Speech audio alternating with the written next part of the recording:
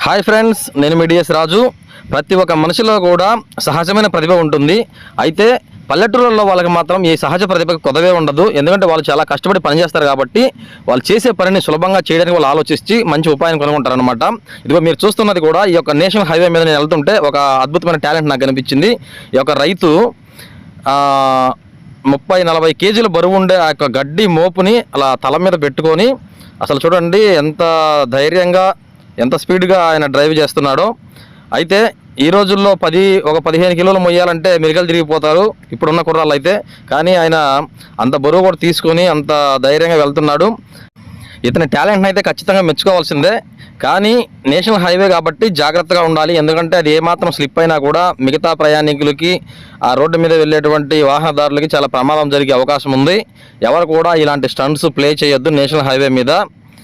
కానీ ఒక విషయం ఏంటంటే, నాకు చిన్నతనంలో చదువుకున్న ఒక కథ అయితే గుర్తుకొస్తుంది.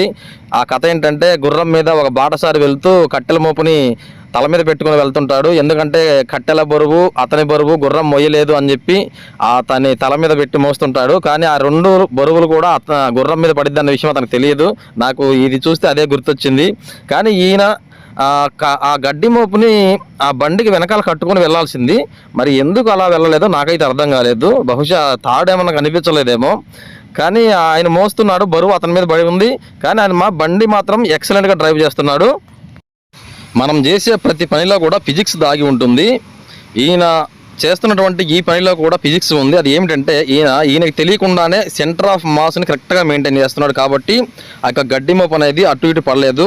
ఆ యొక్క సెంటర్ ఆఫ్ మాస్ అనేది, ఆ మాస్ అనేది అటు ఇటు పెరిగినా సరే ఖచ్చితంగా గడ్డి మోపు పడిపోతుంది. కానీ అలా కాకుండా అతను కరెక్ట్గా మెయింటైన్ చేస్తున్నాడు. కాబట్టి ఆ గడ్డి మోపు పడిపోకుండా కరెక్ట్గా అతని తల మీద అలా సెట్ అయిపోయింది అనమాట.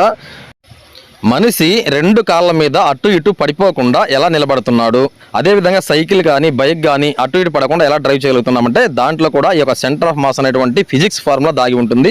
అయితే మనం అనుకోకుండానే మనం ఆ చిన్నప్పుడు నడక నేర్చుకునేటప్పుడే ప్రాక్టీస్ చేసి ఆ యొక్క సెంటర్ ఆఫ్ మాస్ని బ్యాలెన్స్ చేయడం నేర్చుకుంటాడు మనిషి. అదేవిధంగా సైకిల్ నేర్చుకునేటప్పుడు కూడా ఆ యొక్క సెంటర్ ఆఫ్ మాస్నే ప్రాక్టీస్ చేస్తాడు. కానీ ఆ విషయం అయితే మనకు తెలియదు. మనకు తెలుసుకోకుండానే మనం చేసే ప్రతి పనిలో కూడా ఫిజిక్స్ దాగి ఉంటుంది. మనం చేసే ప్రతి పనిలో కూడా ఫిజిక్స్ దాగి ఉంటుంది.